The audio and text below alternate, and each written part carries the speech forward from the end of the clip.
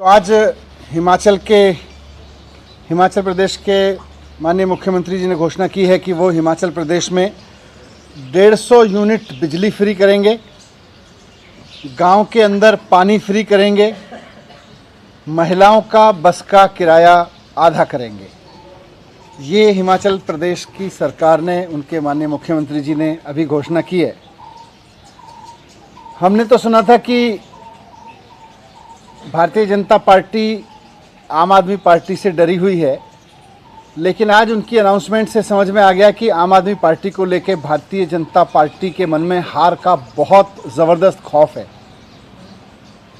पूरे देश में भारतीय जनता पार्टी की, उनके दोस्तों की 18 सरकारें हैं।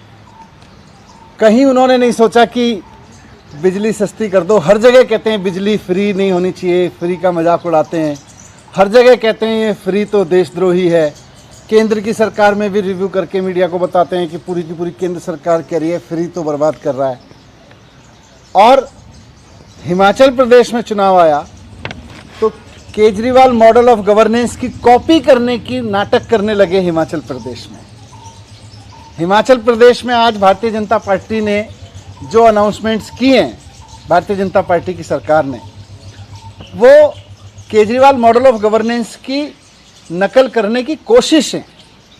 केजरीवाल जी का इतना खौफ, अभी तो केजरीवाल जी ने मंडी में एक रोड शो किया था। इतनी जल्दी इतने खौफ में आ गई भारतीय जनता पार्टी की, केजरीवाल जी की योजनाओं को आधे अधूरे बेमन से लेकिन कॉपी करने की कोशिश करने लगी। 18 राज्यों में इनकी सरकार है, वहाँ क्यों नहीं कर रहे? चुनाव से ठीक 2-3 महीने पहले हिमाचल प्रदेश में अनाउंस कर रहे हो, क्यों? क्योंकि आपको पता है कि आप तो हारने वाले हो वहाँ पे, आपको पता है। और जनता भी ये बात जानती है, जनता भी ये बात जानती है कि भारतीय जनता पार्टी की अनाउंसमेंट्स का कोई मतलब नहीं है। बीजेपी बिल्कुल सस्ती बिजली देने के खिलाफ पार्टी है। तो ये तो अगर चुनाव जीत गए दोबारा तो तुरंत वापस ले लेंगे इन सबको। इनकी कोई मंशा नहीं होती ये सब करने की, ये केवल चुनाव की घोषणाओं के तहत इन्होंने किया है। अब आप सोच के देखिए कि अगर केजरीवाल जी के एक रोड शो से हिमाचल की जनता को इतना फायदा हो सकता है, तो कल केजरीवाल जी के नेतृत्व में हिमाचल प्रदेश में सरकार बन गई, उनके मार्गदर्शन में चलने वाली सरकार बन गई जो केजरीवाल मॉडल ऑफ गवर्नेंस पे काम करेगी, तो हिमाचल के लोगों को कितना फ़ायदा होगा। जब एक बार रोड शो करने से जनता को इतना फ़ायदा है, तो कल को केजरीवाल जी के मॉडल पे काम करने वाली सरकार बनाने से कितना फ़ायदा होगा। ये बात हिमाचल के लोगों को भी मैं रिक्वेस्ट करूँगा कि एक बार समझें, और साथ साथ ये भी समझें कि बीजेपी की ये घोषणाएँ दिखावा है, धोखा है। भारतीय जनता पार्टी पूरी तरह से भ्रष्ट पार्टी है। इसका कोई मतलब नहीं है जनता को कोई चीज़ सस्ते में देने का या जनता को महंगाई से बचाने का। वो जनता को किसी भी तरह की कोई सुविधा देने में भारतीय जनता पार्टी कभी यकीन नहीं रखती। ये तो केवल आम आदमी पार्टी का खौफ है कि भारतीय जनता पार्टी को आज मजबूर होना पड़ा है दिल्ली की तरह से कुछ योजनाएं कॉपी करके आधी अधूरी रूप में घोषित करने के लिए। इसीलिए आज इन्होंने चुनाव के डर से ये घोषणाएं हिमाचल प्रदेश में की हैं। सच्चाई ये है कि अगर दोबारा वहाँ पे भारतीय जनता पार्टी आ गई तो ये सारी योजनाएं वापस ले लेगी, क्योंकि पूरे देश में इनकी जहाँ जहाँ सरकारें हैं, इन्होंने बिजली महंगी की है, इन्होंने बसें यात्राएं महंगी की हैं, इन्होंने हर चीज़ महंगी की है। इन्होंने कभी भी इसमें यकीन ही नहीं किया कि जनता को सस्ते में ईमानदारी से चीज़ें दी जाएँ। मैं हिमाचल प्रदेश की जनता को भी आज कहना चाहता हूँ कि इनके झांसे में मत आना, आम आदमी पार्टी को ही वोट देना, आम आदमी पार्टी की ही सरकार बनवाना, ताकि, और ये सोच के देखना कि जब आम आदमी पार्टी के चुनाव लड़ने के ऐलान से ही भारतीय जनता पार्टी इतनी घबरा गई है, और आम आदमी पार्टी के चुनाव लड़ने की आहट से ही हिमाचल प्रदेश में बिजली सस्ती होने लगी, हिमाचल प्रदेश में बस का यात्रा फ्री सस्ती होने लगी, पानी फ्री होने लगा, तो सोचो आम आदमी पार्टी की कल हिमाचल प्रदेश में सरकार बन जाएगी तो कितना फ़ायदा वहाँ की जनता को होगा। मैं इसीलिए कहना चाहता हूँ कि सब मिलकर आम आदमी पार्टी को ही जिताना, इनके झांसे में मत आना। Thank you. कोविड स्कूल और जो दिल्ली के स्कूल या हॉस्पिटल है उनको लेकर भी वहाँ हिमाचल सरकार कर रही है। करें ना, हम तो चाहते ही हैं कि पूरे देश की राजनीति में स्कूल अस्पताल पे खूब बात होनी चाहिए और बहस होनी चाहिए कि किसके स्कूल अच्छे, किसके अस्पताल अच्छे, इसी से जनता को फायदा होगा।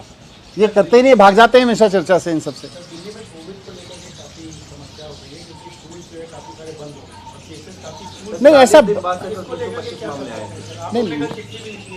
नहीं मामले आए हैं, लेकिन हमने स्कूल्स को यही कहा है, मैंने कल भी कहा था हम गाइडलाइन बनाएंगे, उसके बाद गाइडलाइन बनाई है और स्कूल्स को हमने यही कहा है कि अगर कहीं किसी बच्चे को मान लीजिए कोविड होता है या किसी एक पर्टिकुलर विंग को में किसी टीचर को जो अलग अलग क्लासेस में गई हैं उनको कोविड पाया जाता है, तो आप उस विंग को या उस क्लास को टेम्परेली बंद कर दें कुछ दिन के लिए, जब डिसीजन लेके उसके बाद फिर से खोल दें। पूरा स्कूल बंद करने के लिए हमने नहीं कहा।